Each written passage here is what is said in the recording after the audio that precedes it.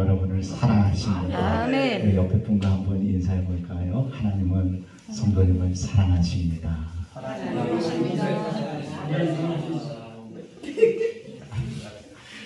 네, 하나님은 여러분들을 사랑하고 계십니다. 시편 29편 11절 말씀에 보면 하나님께서는 자기 백성들에게 힘을 주시고 평강을 주신다라고 말씀하셨어요. 오늘 말씀을 나눌 때 하나님께서 우리 모두에게 힘을 주시고 평강을 주시고 은혜를 허락하시기를 주님의 이름으로 축복합니다. 성도 여러분, 이번 주 우리가 나라와 민족 복음화를 위하여 해서 주제가 뭐였죠? 우리 함께 읽어보겠습니다. 시작. 나의 사랑, 나의 어여쁜 자야, 나라서 함께 가자. 아멘.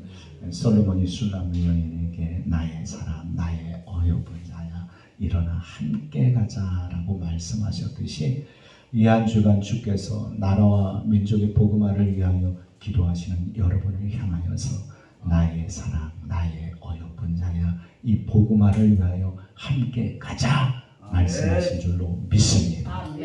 그분께서 우리에게 함께 가자라고 말씀하시면서 과연 무엇을 원하시는가? 이 땅의 모든 사람은요, 삶의 목표가 있어요.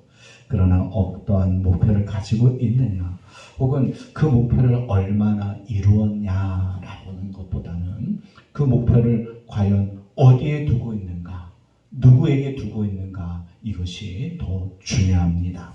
만약에 그 인생의 목적을 모르거나 목적 없는 삶을 살거나 방향을 잘못 잡으면 열심히 있다 할지라도 뜨거움이 있다 할지라도 그는 불행한 인생입니다.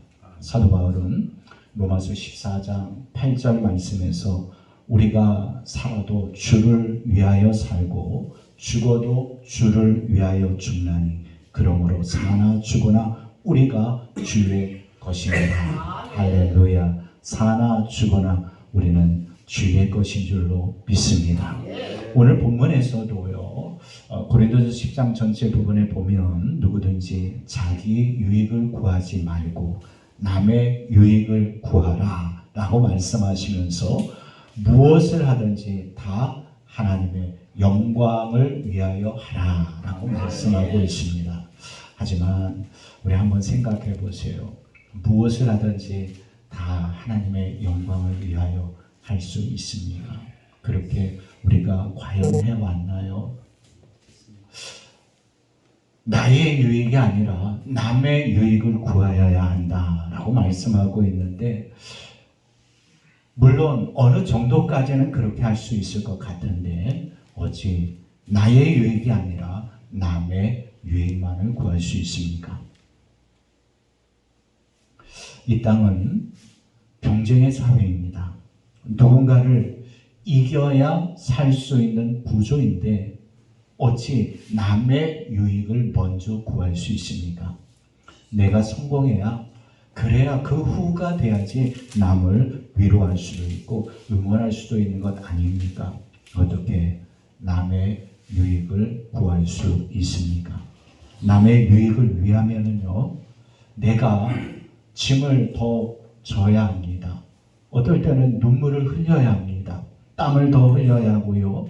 또 어떤 경우는 물질의 손해도 보아야 합니다. 어느 목사님께 그 교회의 이야기를 좀 들었는데 안타까운 마음이 들었어요. 그 교회가 은혜 중에 리모델링을 참 예쁘게 하고 있었는데 급하게 300만 원이 필요하게 되었다고 합니다. 마침 그 교회 중직이신 분이 자기 통장에 30억이 들어있다라고 자랑하는 소리를 들었던 그 리모델링 주관하였던 그 집사님께서 그 중직자에게 헌금하려는 것도 아니고 또 교회가 돈이 지금 없는 게 아닌데 급하게 필요하기 때문에 300만 원만 빌려달라고 했어요. 그랬더니 그 중직자가 자기는 절대 빌려줄 수 없다고 안색이 싹 변하면서 내 통장에 30억이 들어있는 건 맞는데 300만 원을 빌려줄 수 없다라고 이야기하면서 심지어는요, 그럼 혹시 내가 300만 원 빌려주면 이자로 얼마를 쳐줄 수 있겠느냐, 이런 이야기를 했다라는 겁니다. 성도 여러분, 과연 이 중직자는 교회의 유익을 구하는 중직자입니까? 아니면 자기 유익을 구하는 중직자입니까? 또 한 분을 소개하려고 합니다. 저희 교회에서 있었던 일이에요. 한여름에 에어컨이 고장이 났어요. 갑자기 고장이 나고 그 다음 주에 또 우리가 계속해서 예배를 드려야 되는데 준비하기가 참 어려운 그 상황이었습니다. 그런데 한 연로하신 권사님이 찾아오셨는데 자신이 노령연금으로 매달 이렇게 나라에서 나오는 돈을 하나도 안 쓰고 통장에다 이렇게 담아놨다는 거예요. 세상에 당장에 교회 에어컨을 해야 되는데 내 노령연금으로 받은 것 언젠가는 쓸 날이 있겠지 기도하면서 모았는데 바로 이때인 것 같습니다 하고 가져왔습니다. 성도 여러분, 이 권사님은 과연 교회의 유익을 구하는 권사님이십니까? 아니면 자기 유익을 구하는 권사님이십니까? 교회 유익이요. 그렇습니다. 우리는요, 남의 유익을 구하든 내 유익을 구하든 어떠한 쪽을 선택해야 할 때가 있습니다. 자기 유익을 구하는 자는요, 헌금은 물론 자신의 것을 조금이라도 내어줄 수 없습니다. 왜냐하면 그렇게 하면 손해다라고 생각하기 때문입니다. 심지어 남의 유익을 위해 희생하면 요즘 시대는요, 고마워하는 것이 아니라 우습게 여긴다라고 생각하기 때문에 남의 유익을 먼저 구하려 하지 않습니다. 이러할 때에 이런 메시지를 우리가 듣게 될 때 어떻습니까? 많은 사람이 하나님의 영광을 위해 꼭 다른 사람의 유익을 먼저 구해야 합니까? 나의 유익을 먼저 구하고 그 후에 여유가 될 때 남의 유익을 구하면 안 되겠습니까? 이런 생각이 들지 않습니까? 그럼에도 하나님께서는 다른 사람의 유익을 먼저 구하라. 다른 사람의 유익을 먼저 구하라 라고 말씀하십니다. 그렇습니다. 하나님께서는요, 고린도전서 10장 23절 말씀에 보면 모든 것이 가하나 모든 것이 유익한 것이 아니요 모든 것이 가하나 모든 것이 덕을 세우는 것이 아니다 라고 말씀하고 있습니다. 성도에게 주어진 자유는요, 모든 것을 할 수는 있습니다. 그러나 모든 것을 해도 좋다라는 말씀은 아닙니다. 모든 것을 할 수 있다고 해서 그것이 자기와 다른 사람에게 유익이 되거나 덕을 세우는 것이 아닐 수 있다라는 말씀입니다.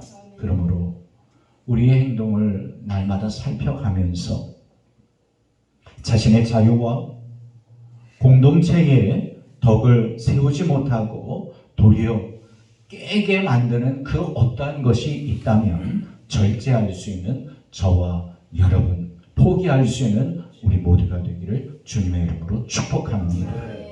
특히 사도 바울은 빌립보서 1장 21절에서 내게 사는 것이 그리스도니 죽는 것도 유익함이라 라고 말씀하고 있습니다. 나는 그리스도를 위하여 살기 때문에 거기에 목적을 두고 있기 때문에 죽는 것도 내게는 유익하다라는 말씀입니다. 예수 그리스도께 목적을 둔 사람은요, 행복한 사람입니다. 여러분이야말로 예수 그리스도께 목적을 두고 이 성산에 올라와 기도하시는 분들인 줄로 믿습니다. 왜냐하면 예수 그리스도께 목적을 두고 살면은요, 삶과 죽음이 두렵지 않기 때문입니다. 우리가 사실 세상에서, 가정에서, 직장에서 해결해야 할 문제들이 없습니까? 있어요. 그럼에도 불구하고 주의 전에 나와 기도하는 것은, 예배하는 것은 하나님께서 나를 다 책임져 주신다라는 믿음이 있기 때문이 아닙니까? 주님 앞에 서면 사실 돈과 명예는 아무것도 아니다라는 사실을 아직 알지 않습니까? 우리 삶의 중심에 항상 예수 그리스도께서 계심으로 행복해 할 수 있는 저와 여러분이 되기를 소망합니다. 하나님께서는요, 우리의 중심에 세상이 아닌 예수 그리스도를 두기를 원하고 계십니다. 하나님께서 기뻐하시는 산 제물로 드려지기를 원하십니다. 성도 여러분, 나의 존재의 목적은 내가 정하는 것이 아닙니다. 한번 생각해 보세요. 시계의 목적은 그것을 만든 사람이 정해 놓은 것입니다. 저와 여러분의 존재의 목적은요, 하나님께서 정하셨습니다. 내가 이것을 선택하고 내가 좋아서 이것을 하는 것이 아니라 하나님께서 우리를 만드실 때에 하나님의 형상대로 만들어 주셨습니다. 이 형상을 보면 무슨 목적으로 만들어졌는지 우리는 쉽게 알 수 있어요. 삽을 보면 흙을 잘 풀 수 있는 그러한 형상이지 않습니까? 망치는 못을 잘 박을 수 있도록 만들어지지 않습니까? 톱은 나무를 잘 썰기 위해 그렇게 그 형상을 갖추고 있지 않습니까? 하나님께서 우리를 그분의 형상으로 지어주신 것은요, 하나님을 닮게 만들기 위하여 만들어 주셨습니다. 그래서 우리가 예수님 닮을 때 좋은 나무 되어질 수 있고 아름다운 열매를 맺을 수 있고 하나님께 영광을 돌릴 수 있는 것 아니겠습니까? 빌림이 예수님께 이렇게 물었습니다. 예수님, 아버지 하나님을 좀 보여주옵소서. 그러면 족하겠나이다 라고 하였을 때 예수님께서 나를 본 자는 아버지를 보았거늘 어찌하여 아버지를 보이라 하느냐, 이렇게 말씀하지 않았습니까? 예수님께서 이 땅에 오신 목적 중에 하나는 뭐예요? 아버지 하나님을 보여주기 위함이셨습니다. 우리의 삶도 나를 통해 보이지 아니하는 하나님을 보여주기 위해서 만들어 주신 줄로 믿습니다. 그것이 우리가 살아가야 할 목적입니다. 성도 여러분, 저와 여러분을 만나는 모든 사람들이 지옥을 경험하는 것이 아니라 바로 우리를 통해 천국을 경험하게 되기를 주님의 이름으로 축복합니다. 그래서 사도 바울은요, 오늘 본문 10장 31절에서 그런즉 너희가 먹든지 마시든지 무엇을 하든지 몇 가지만 하나님의 영광을 위하여 하라, 이렇게 말씀하셨죠. 그럼 뭐라고 하셨죠? 몇 가지만, 내가 원하는 것 선택해서 그것만을 하나님의 영광을 위하여 살라가 아니라 먹든지 마시든지 무엇을 하든지 다 하나님의 영광을 위하여 하라. 성도 여러분, 누구나 한 번쯤 들어봤던 말씀이지 않습니까? 우리의 삶의 최종 목적은요, 하나님께 영광입니다. 그것이 하나님께서 우리를 죄에서 구원해 주신 이유입니다. 먹든지 마시든지 무엇을 하든지 다 하나님의 영광을 위하여 할 수 있는 저와 여러분이 되기를 주님의 이름으로 축복합니다. 구원 받았으면 또 직분자로 불러주셨으면 그에 합당하게 생활하는 것이 맞습니다. 바로 이것이 바로 우리의 삶의 가치이지 않습니까? 우리 행동의 강령입니다. 우리가 무엇을 하든지 먼저 하나님의 영광을 위하여 한다면 이 세상에 문제될 것 없습니다. 왜냐하면 그분께서 우리의 앞길을 책임져 주시고 우리보다 더 확실하게 계획해 주시고 또 그것을 밀고 나아갈 수 있는 능력도 주시기 때문입니다. 하지만 고린도 교회는 그렇지 않았습니다.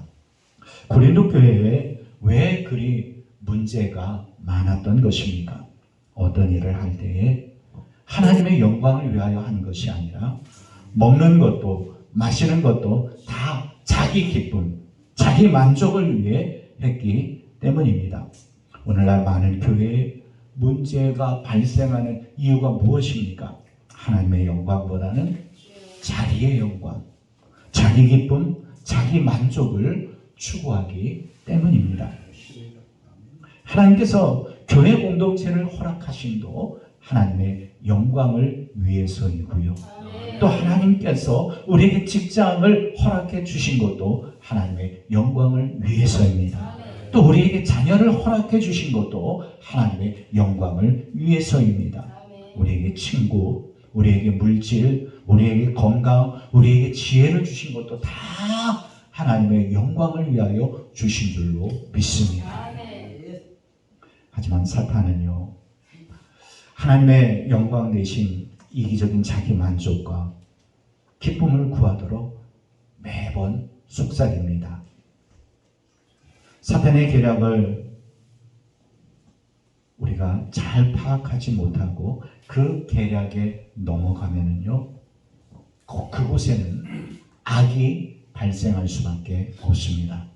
최초의 범죄자 아담과 하와 역시 하나님의 영광보다는 자기의 이기적 만족과 기쁨을 취하려 하지 않았습니까? 스스로 하나님과 같이 되려고 하지 않았습니까?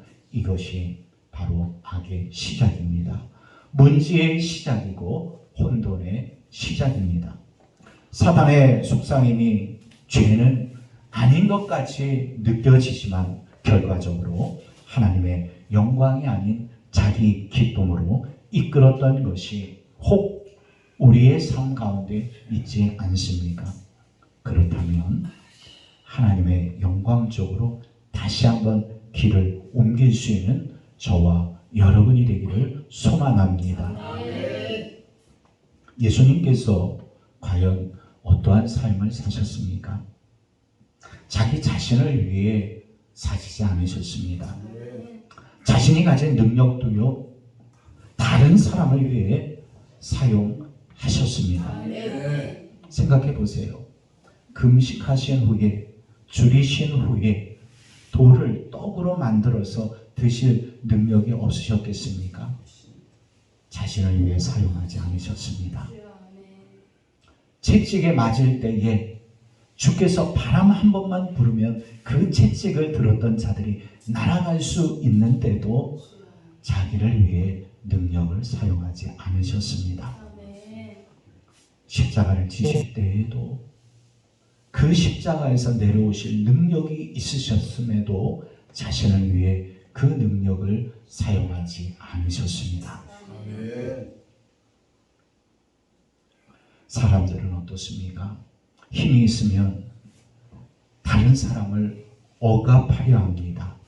그 위에 군림하려 합니다. 하지만 예수 그리스도께서는 자신의 능력을 남을 위해 사용하셨습니다.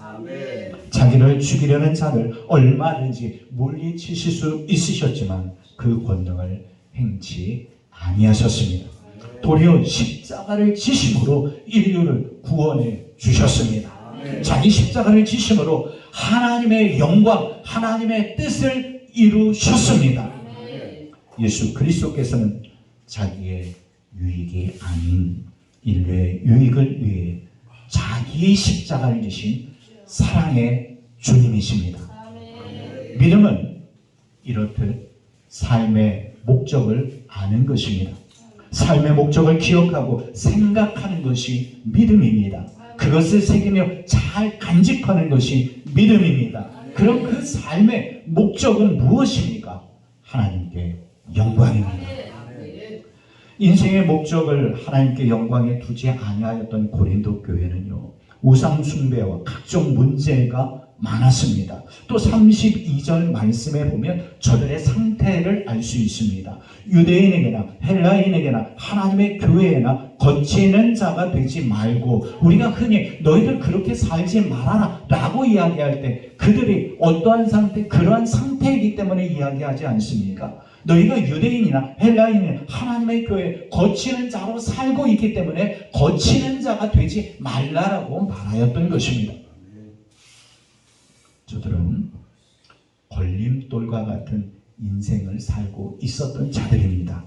특히 여기서 유대인이나 헬라인이나 하나님의 교회란 무엇을 의미하겠습니까? 지금으로 말하면은요, 교회에 속한 자들에게나 세상에 속한 자들에게나 아니면 모든 공동체에 있어서 그 공동체에 속하는 자들에게나 어떠한 자들에게도 거치는 자가 되지 말라라는 말씀이에요.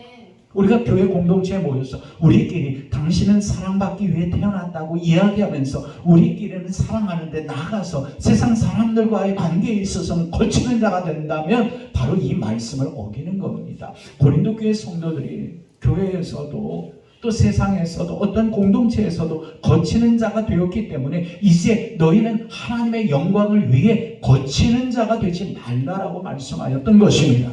믿음은 하나님의 영광을 목적으로 삼기 때문에 모든 이들에게 거치는 자, 걸림돌이 되지 아니하여야 할 줄로 믿습니다. 기억하십시오. 우리에게 가장 중요한 삶의 목적은요, 하나님께 영광입니다. 하나님의 뜻대로 사는 것입니다.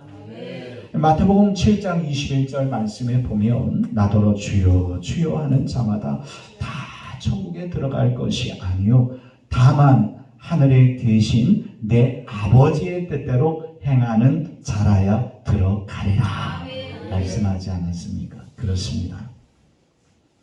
그날에 많은 사람들이 주여 주여 내가 이렇게 하였고 내가 저렇게 하였고 내가 이렇게 봉사하지 않았습니까? 라고 이야기한다 할지라도 하나님의 뜻대로 살지 아니하였으면 하나님의 영광을 위하여 살지 아니하였으면 불법을 행하는 자들아 내게서 떠나가라 이러한 말씀을 들을 수밖에 없다라는 것입니다.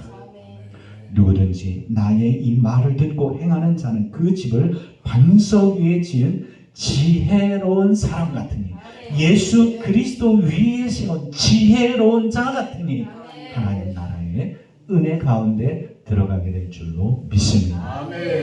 다윗은 또 어떻습니까? 사도행전 13장 22절 말씀에 보면 내 마음에 맞는 사람이다.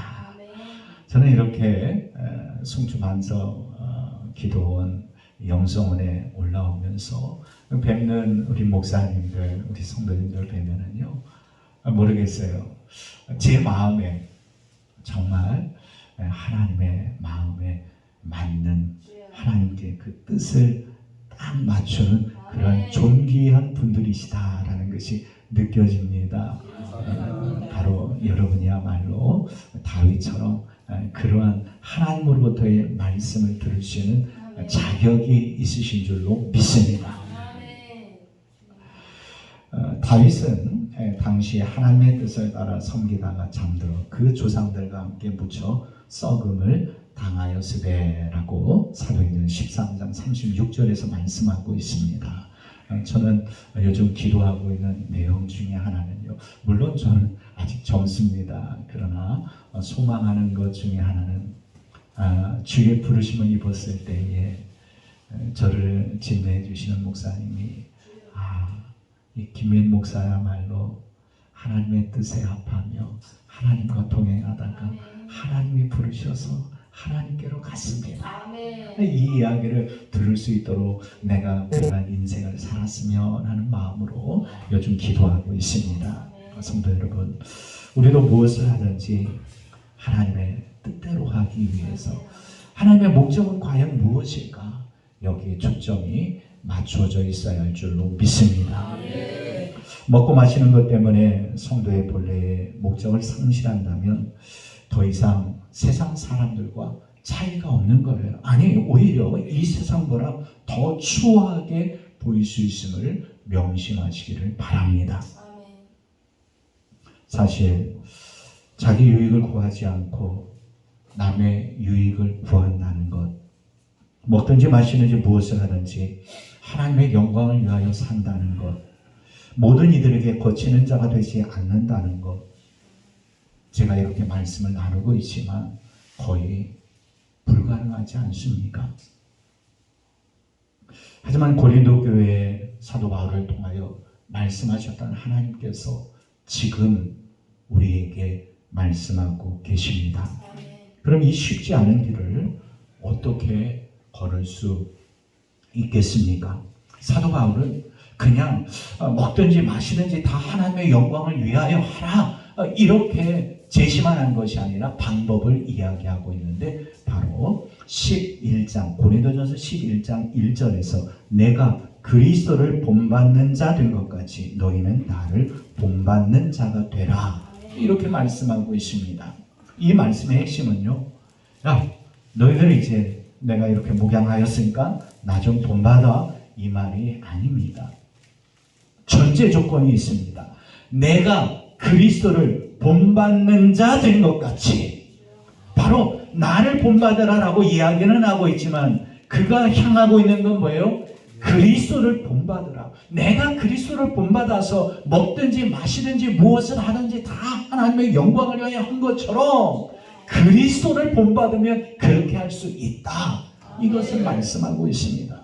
때문에 우리는 그리스도만을 바라보아야 할 줄로 믿습니다. 예수 그리스도를 더 깊이 생각합시다. 우리 지금은 뭐 공장에서 나오는 양말을 신지만 예전에 우리 어르신들은 어떻습니까?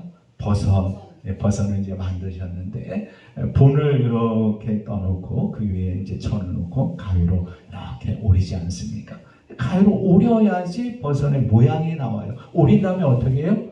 꼬매잖아요. 꼬맨 다음에 뒤집어야지 이제 버섯 모양이 나오는데 꼬매고 뒤집습니다. 그렇게 끝나서 버섯이 생기는 겁니까? 인두로 눌러줘야지 버섯다운 버섯이 생기는 것 아니겠습니까? 우리가 예수 그리스도를 믿었고 정말로 이제 예수 그리스도를 닮아가는 삶을 산다면 우리의 삶 가운데 오려져야 할 부분도 있고 잘려져야 할 부분도 있고 꼬매져야 할 부분도 있고 최종적으로는 눌려져야 할 부분도 있다는 것을 기억하시기 바랍니다. 우리가 영적으로 그렇게 될 때에 예수 그리스도를 닮아 하나님의 영광을 드러낼 수 있습니다.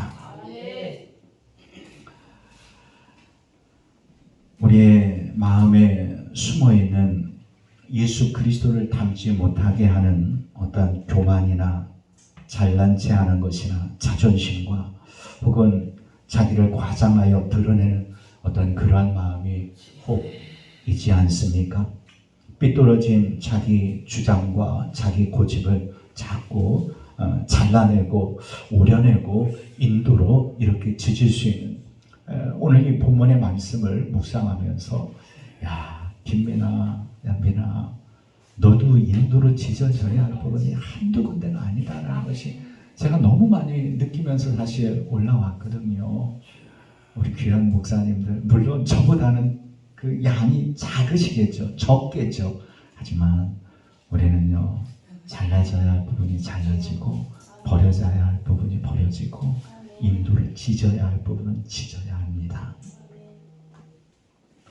이제 우리의 차례입니다.